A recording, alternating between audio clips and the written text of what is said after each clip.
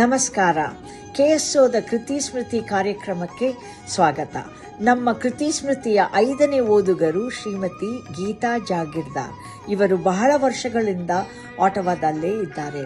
ಇವರು ಕನ್ನಡ ಸಾಹಿತ್ಯದಲ್ಲಿ ತುಂಬಾ ಆಸಕ್ತಿ ಉಳ್ಳವರು. ಕನ್ನಡ ನಾಟಕಗಳನ್ನು ಬರೆದು ಆಯೋಜಿಸಿದ್ದಾರೆ.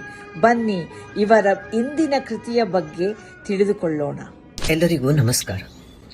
ನಾನು ಇತ್ತೀಚೆಗೆ ಹಲವಾರು ಕನ್ನಡದ ಹಳೆಯ ಭಾವಗೀತೆಗಳನ್ನು ಓದುತ್ತಿದ್ದೇನೆ. ಶ್ರೀಯುತರಾದ ದ.ರಾ. ಬೇಂದ್ರೆ, ಕುವೆಂಪು, ಡಿ.ಬಿ. ಗುಂಡಪ್ಪ ಹಾಗೂ ಶ್ರೀಮತಿ ಸುಧಾಮೂರ್ತಿ ಇತ್ಯಾದಿ ಅವರ ಕೃತಿಗಳನ್ನು ಓದುತ್ತಿದ್ದೇನೆ. ಈ ಕೃತಿಗಳಲ್ಲಿ ಒಂದು ಕವಿತೆಯನ್ನು ನಾನು ಆಯ್ದು ತಮ್ಮ ಮುಂದೆ ಇವತ್ತು ಮಾತನಾಡುತ್ತಿದ್ದೇನೆ. ಈ ರಚನೆಯು ಹಳೆಯದಾದ್ರಿಂದ ತಮ್ಮಲ್ಲಿ ಅನೇಕರು ಇದನ್ನು ಕೇಳಿ ಅಥವಾ ಓದಿರಬಹುದು.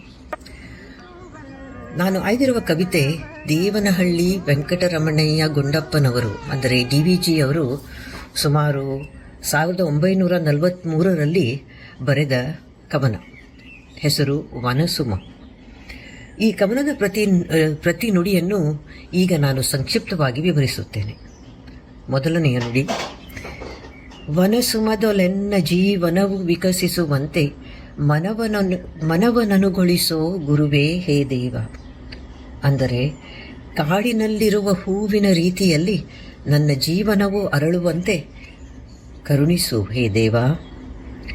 ಎರಡನೆಯ ನುಡಿ: ಜಗಕ್ಕೆ ಸಂತಸವೀವ ಘನನು ನಾನೆಂದೆಂಬ ಎಣಿಕೆ ತೋರದೆ ಜಗದ ಪೊಗಳಿಕೆಗೆ ಬಾಯಿ ಬಿಡದೆ. ಹಾಗಂದರೆ ಜಗಕ್ಕೆ ಸಂತೋಷ ಕೊಡುವುದು ನಾನು ಎಂಬ ಗರ್ವದಿಂದ ಇರದೆ ಜಗದ ಹೊಗಳಿಕೆಗೆ ಬಾಯಿ ಬಿಡದೆ ಇರುವ ಹೂವಿನ ಹಾಗೆ ನನ್ನ ಜೀವನವಿರಲಿ. ಮೂರನೆಯ ನುಡಿ: ಕಾನನದಿ ಮಲ್ಲಿಗೆಯು ಮೌನದಿಂ ಬಿರಿದು ನಿಜ ಸೌರಭವ ಸೂಸಿ ನಲವಿಂ ತಾನೆಲೆಯ ಪಿಂತಿರ್ದು ದೀನತೆಯ ತೋರಿ ಅಭಿಮಾನವನ್ನು ತೊರೆದು ಕೃತಕೃತ್ಯತೆ ಹಿನೆಸವಂತೆ.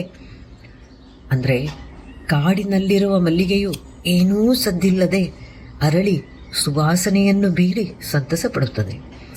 ತಾನು ಎಲೆಯ ಹಿಂದೆ ಇದ್ದು ತನ್ನ ನಮ್ರತೆಯನ್ನು ತೋರಿ ಅಹಂಕಾರವಿಲ್ಲದೆ ತನ್ನ ಜೀವನವು ಸಾರ್ಥಕವಾಯಿತು ಎಂದು ಭಾವಿಸುವ ಹಾಗೆ ನನ್ನ ಜೀವನವಿರಲಿ. ಕಡೆಯ ನುಡಿ: ಉಪಕಾರಿ ನಾನು ಎನ್ನುಪಕೃತಿಯ ಜಗಕ್ಕೆಂಬ ವಿಪರೀತ ಮತಿಯ ನುಳಿದು ವಿಪುಲಾಶ್ರಯವ ನೀವ ಸುಮಭರಿತ ಪಾದಪದಂತೆ ನೈಜಮಾದೊಳ್ಪೆನಿಂ ಬಾಲ್ವಗಳು. ಅಂದರೆ ಹೂವು ಹಣ್ಣುಗಳಿಂದ ಭರಿತವಾದ ಮರವು ತನ್ನ ನೆರಳಿನಿಂದ ಜಗಕ್ಕೆಲ್ಲ ಆಶ್ರಯ ನೀಡುತ್ತದೆ. ಆದರೆ ಎಂದಿಗೂ ತನ್ನಿಂದ ಜಗಕ್ಕೆಲ್ಲ ಉಪಕಾರವಾಗಿದೆ ಎಂಬ ದುರಹಂಕಾರವನ್ನು ತೋರಿಸಿಕೊಳ್ಳುವುದಿಲ್ಲ. ಇಂಥ ಮರದ ಈ ಸುಗುಣದ ತರಹದಲ್ಲಿ ನನ್ನ ಬಾಳುವೆ ಇರಲಿ ಎಂದು ಕೃಪೆ ಮಾಡು ದೇವರೇ. ಈ ಕವಿತೆಯ ಭಾವಾರ್ಥ ತಾತ್ಪರ್ಯ ಏನೆಂದರೆ, ಏನೂ ಆಡಂಬರವಿಲ್ಲದೆ ನಿಸ್ವಾರ್ಥ ಸೇವೆ ಮಾಡುವ ಹೂವು ಮರಗಳ ಹಾಗೆ ನನ್ನ ಬಾಳ್ವೆಯನ್ನು ಮಾಡಿಸು ಹೇ ದೇವ ಎಂದು ದೇವರಲ್ಲಿ ಪ್ರಾರ್ಥನೆ. ಈ ಹಾಡನ್ನು ಸುಶ್ರಾವ್ಯವಾಗಿ ಹಾಡಿದ ಶ್ರೀಮತಿ HR ಲೀಲಾವತಿ ಅವರ YouTube ಲಿಂಕನ್ನು ನಿಮಗೆ ಕೊಡುತ್ತೇನೆ. ತಮ್ಮೆಲ್ಲರಿಗೂ ಧನ್ಯವಾದಗಳು.